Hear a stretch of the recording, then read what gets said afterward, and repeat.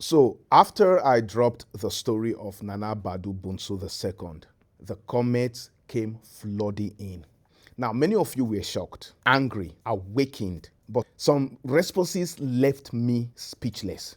Africans, black Africans, rushing to defend the Dutch, the Europeans, praising colonization, repeating the same lies. Europe brought civilization. Africa was backward. And here's the part that disturbed me the most.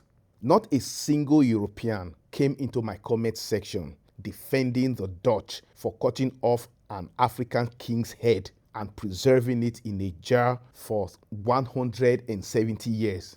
Not one. Every single person aggressively defending colonialism, minimizing the brutality or insulting Africans as primitive, uncivilized, was African.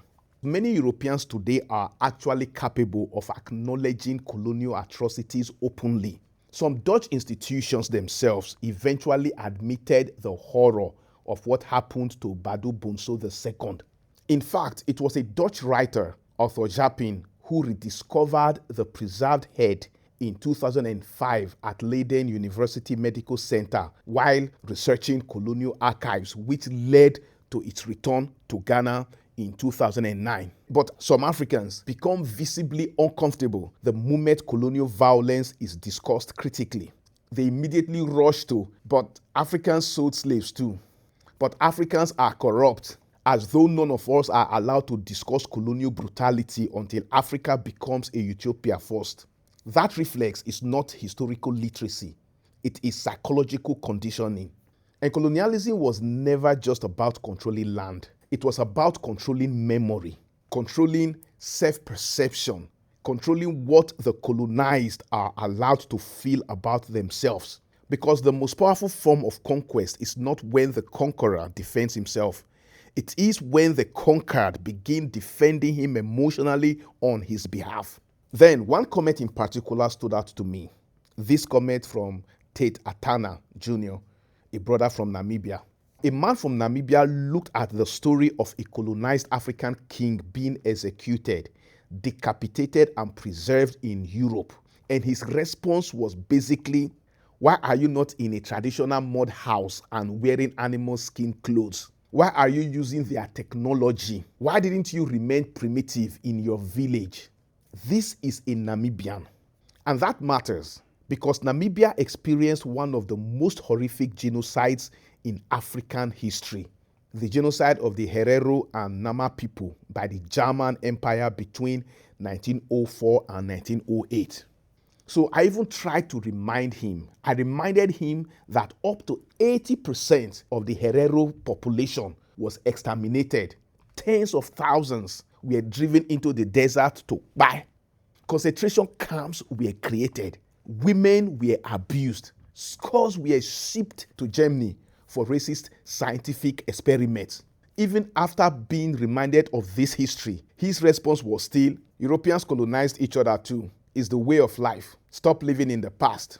Now think carefully about how psychologically disturbing that is. Because at that point, we are no longer debating history. We are witnessing the death of colonial conditioning in real time. Because notice the argument. Europe built technology. Therefore, colonial brutality should not be discussed. That logic is absurd. It's preposterous. By that standard, no one should criticize Nazi Germany because Germany produced engineering and science. Technology is not moral innocence. Infrastructure is not moral purity. A people building railways does not magically erase genocide. And then comes the other argument. Europeans also fought and colonized each other. It's just a way of life. Nobody denied that Europeans fought wars amongst themselves. Nobody denied that human history contains violence everywhere. But what some of these people are doing is something much deeper. They are trying to normalize colonial violence so thoroughly that Africans stop even analyzing it critically. Stop talking about it. It happened a long time ago. Let's move on. It's just human nature. Interesting, right? Because Europe still studies the Holocaust, the World Wars, World War I and II.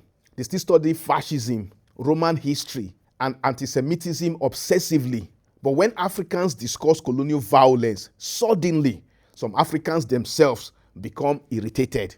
Why? Because many were trained to see African sufferings as historically unimportant unless validated through European eyes. The Herero and Nama genocide was not ancient mythology.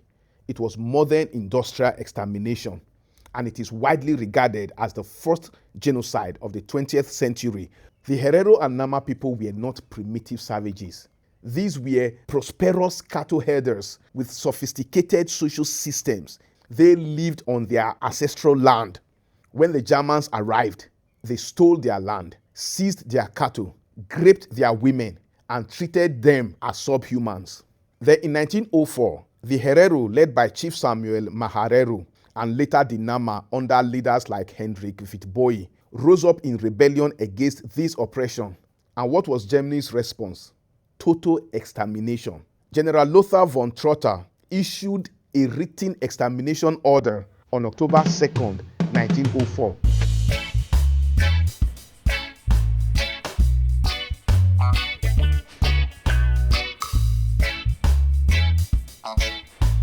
They chased thousands of Herero into the Omaheke Desert to die of thirst and starvation. Survivors, including women and children, were rounded up into concentration camps, starved, abused, and subjected to racial experimentations. The same dehumanization logic that later fueled the Holocaust. And yet, here we are in the 21st century with Africans online arguing, well, Europeans built phones, they built roads. This is why historical consciousness matters. Because when a people lose historical consciousness, they begin confusing technological advancement with moral superiority. And this is one of the greatest psychological victories colonialism ever achieved. So to every African still defending colonization, read real history. Visit your elders.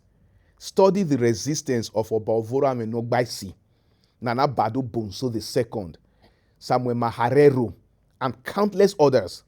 So many other African kings. Your ancestors were not waiting in darkness.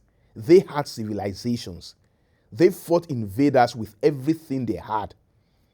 We must colonize our minds, teach our children the truth, demand reparations, not just money, but restoration of dignity and stolen heritage. Africa will never rise with colonized mind.